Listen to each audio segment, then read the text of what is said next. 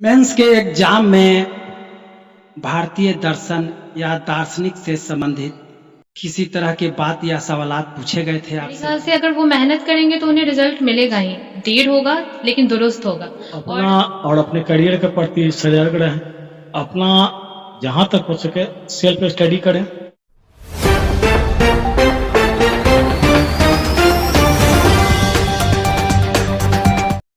जय हिंद दोस्तों, आप देख रहे हैं G19 टीवी। मैं अमरीश कुमार सिंह आज फतुहा शहर के समसपुर वार्ड 4 नंबर में आए हुए हैं और यह प्रेमनाथ जायसवाल जी के पुत्र राजेश जायसवाल हैं। उनके गृह स्थान को आप देख रहे हैं। यहाँ से जो एक बहुत बड़ी खबर बन करके आ रही है वह यह है कि बिहार की बेटी जिसने अपने काबिलियत का परचम बिहार पब्लिक सर्विस कमीशन में दिखाया है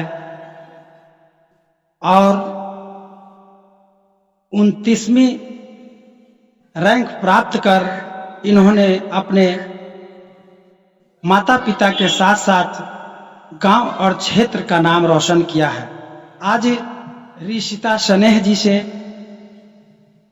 उनकी कामयाबी का पूरा हाल बताने के लिए आए हुए हैं और उन्होंने किस तरह से यह मुकाम हासिल किया, मैं आप सबों को रूबरू कराने का प्रयास करता हूं। सच ही कहा है कि आसमां में सुराख कैसे नहीं हो सकता, एक पत्थर तो तबीयत से उछालो यारो। आज एक ऐसे प्रतिभावान मेधावी ऋषिता स्नेह जी के पास हैं जिन्होंने बिहार पब्लिक सर्विस कमीशन जैसे प्रतिष्ठित परीक्षा में 29वां रैंक ला करके अपने परिवार, गांव और अपने राज्य का नाम रोशन किया है। ऋषिता जी, G19 टीवी आपके कामयाबी को लेकर, आपके कामयाबी को सैल्यूट करता है, नमन करता है, जय हिंद करता है। सबसे पहले आप हमारे दर्शकों का यह बतलाने का कष्ट करें कि आप अपना इंट्रोडक्शन देते हुए थोड़ा विस्तार से अपने पारिवारिक परिस्थिति के बारे में बतलाएं।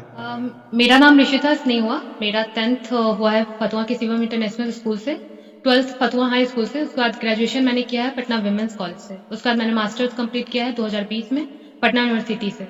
और उसके बाद उसी टाइम पे दिसंबर में प्रीलिम्स हुआ है, उसके बाद मेंस की एग्जाम हुआ है, उसके बाद फिर ये फाइनल रिजल्ट आया है इस बार।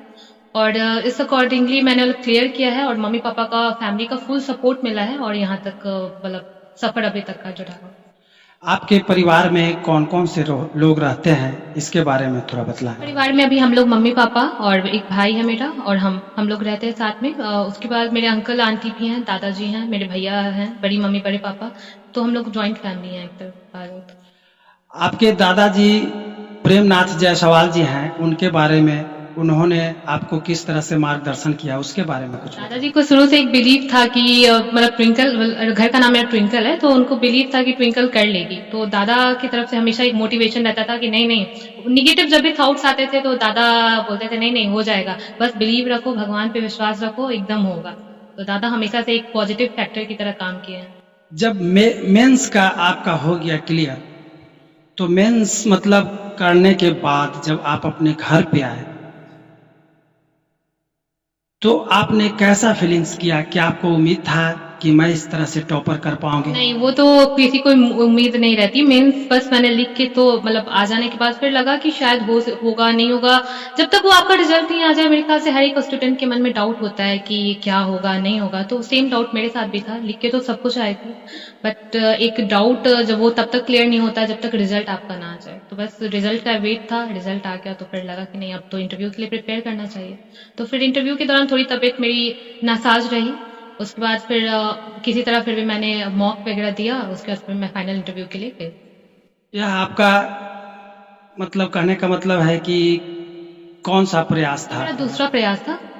65वां बीपीएससी मैंने प्रथम प्रयास वो मेरा था, लेकिन वो मैंने बस एज अ मतलब ये देखने के लिए कि मैं इस चीज में आ सकती हूँ कि नहीं, कॉस्ट क्वेश्चन का पैटर्न कैसा रहता है, इस चीज को समझने में मेरा प्रथम प्रयास ने बहुत हेल्पफुल रहा मेरे लिए।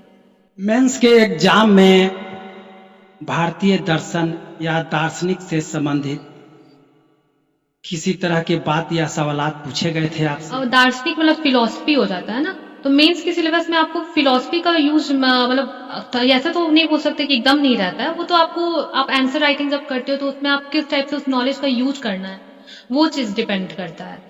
बेसिकली अगर जीएस 1 में देखा जाए तो हिस्ट्री होता है, करंट अफेयर्स के क्वेश्चंस होते हैं और स्टैटिस्टिक्स होता है। जीएस 2 में पॉलिटी होता है, इन इकोनॉमी और ज्योग्राफी का combination, and science and tech होता है। और मेरा ऑप्शनल कॉमर्स रहा है तो कॉमर्स रहा है, और 100 मार्क्स का हिंदी रहता है जो कि कंपलसरी होता है, उसमें आपको पासिंग मार्क्स लाना होता है, उसकी मार्क्स ऐड नहीं होते हैं आपके फाइनल रिजल्ट में।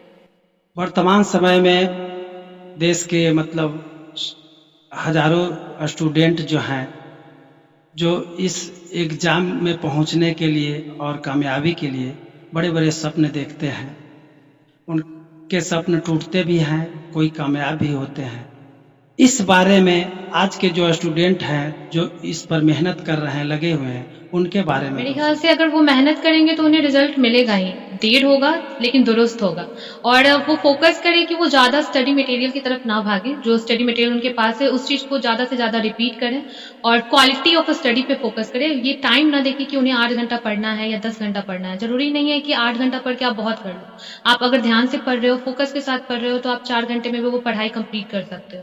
तो आप क्वालिटी ऑफ स्टडी पे फोकस करो, क्वांटिटी पे फोकस मत करो। बुक ज्यादा रिसोर्सेज के पीछे मत भागो, कम रिसोर्स रखो, उसको ज्यादा रिवाइज करो, तो मेरे ख्याल से आपको सफलता मिल जानी चाहिए।